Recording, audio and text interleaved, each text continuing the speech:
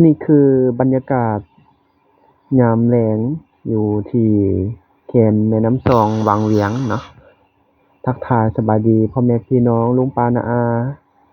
ที่เข้ามาติดตามรับชมสุขุสุขคนเด้อเนาะ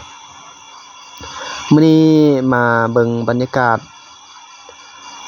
แขมแม่น้ำซองวังเวียงจุดนี้ก็คืออีกเป็นจุดหนึ่งเนาะที่นักท่องเที่ยวมาขี่เรือหางยาวเนาะซึ่งว่าจุดนี้ก็จะเป็นบอนที่เป็นท่าเรือหางยาวเนาะพ่อแม่พี่น้องอันนี้บรรยากาศเบิ่งนักท่องเที่ยวเพิ่นมาขี่เรือเนาะสายน้ำซองวังเวียงบรรยากาศช่วงนี้ก็คือวิวดีเนาะฤดูนี้ก็เป็นฤดูท่องเที่ยวเนาะเดือน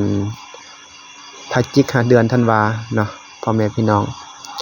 มาเบิ่งบรรยากาศตอนนี้อยู่ที่ขัวเนาะอยู่ขัวข้ามแม่น้ำซองเก็บภาพบรรยากาศให้พ่อแม่พี่น้องลุงป้าน้าอาเฮาได้เบิ่งเนาะซึ่งว่าคลิปนี้เฮาได้ถ่ายไว้ซึ่งว่าเสียงมันบ่เข้าเนาะพ่อแม่พี่น้องก็เลยว่าต้องได้มาพากย์เสียงเห็นคือเรือเขาเจ้าแล่นไปแล่นมานักท่องเที่ยวนี่ก็หลายเนาะช่วงนี้ก็ถือว่าเมืองวังเวียงช่วงนี้ก็ถือว่าคึกคืนเนาะนักท่องเที่ยวก็ถือนิยมกันมาเที่ยวช่วงนี้เนาะเพราะว่าเป็นช่วงที่มีบรรยากาศดีเนาะอันนี้เฮาอยู่จุดสูงถ่ายลงไปให้ลงไปแคมป์น้ำซองเนาะที่เรียวเห็นนักท่องเที่ยวเขาเจ้าขี่เรือกันเนาะนี่คือบรรยากาศยามแลงตะเวนกำลังส่องลงมาตอนนี้เนาะตองแสงตะเวนใกล้จะตกดินเนาะแต่ว่าแสงมันจะออกสีเหลืองๆแน่เนาะแสงประมาณนี้จะพอดีแสงจะบ่มืดหลายเนาะจะพอดีก็บ่ร้อนหลายเนาะพี่น้องพ่อแม่พี่น้องแล้วก็ย่างไปตามขัวนี่ลงไปพุ่นเนาะก็เลยว่าจะถ่ายให้พ่อแม่พี่น้องเฮาได้เบิ่งใกล้ๆเนาะแล้วว่าย่างตาม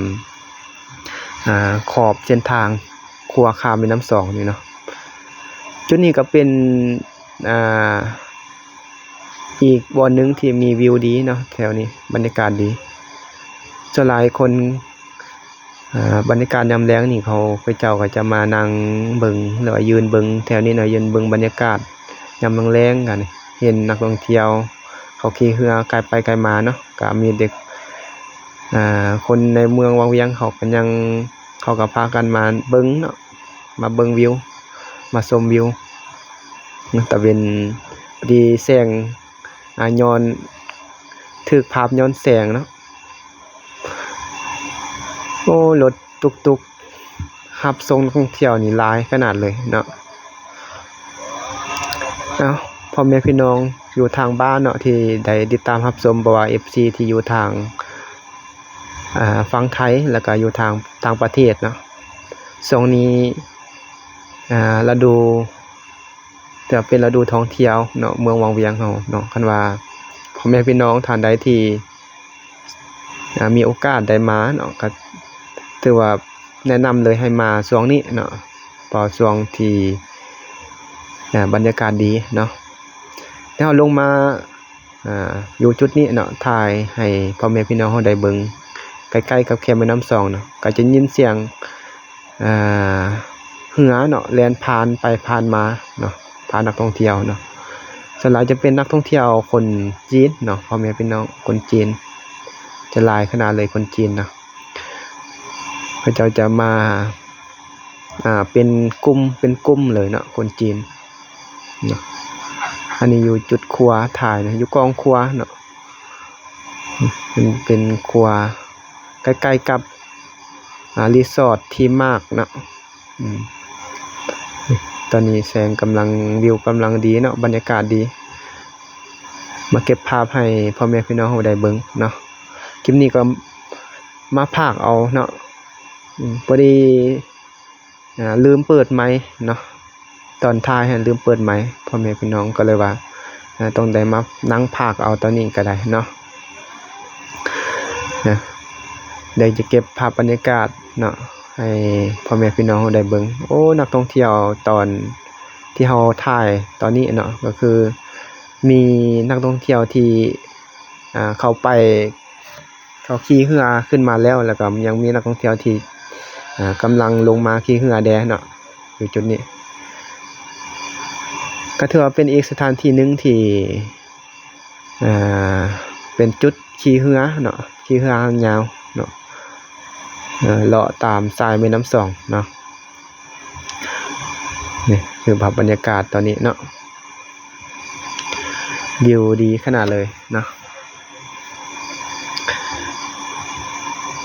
จะเข้าช่วงฤดูหนาวนี่นักท่องเที่ยวจะมาหลายเนาะ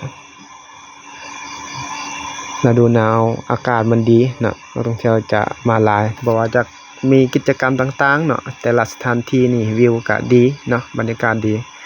ว่าจะเป็นการขี่เรือหางยาวแล้วก็พายเรือเนาะพายเรือคายักขึ้นบูลูนเนาะขี่คาร์มอเตอร์เนาะไปบูลูกูนก็ถือว่า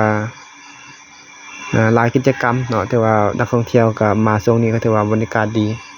เนาะวิวดีนักท่องเที่ยวก็มาหลายพากันมาหลายเนาะว่านี่คือบรรยากาศตอนที่เฮาถ่ายให้ทุกให้พ่อแม่พี่น้องได้เบิ่งเนาะเรายืนถ่ายจุดนี้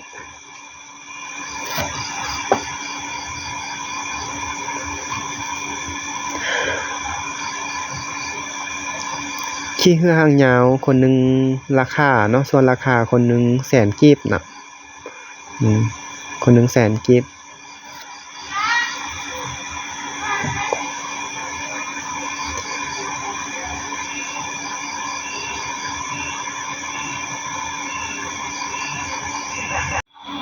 หลังจากบรรยายไปเนาะเดี๋ยวจะให้พ่อแม่พี่น้องเราได้ฟังเพลง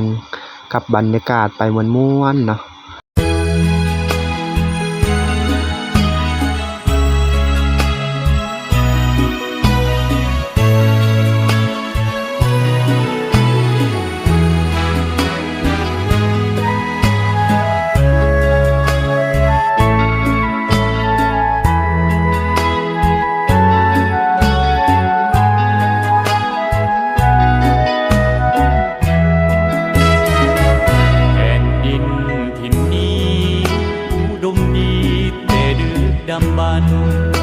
คนลาวพร้อมเพียงสร้างสรรค์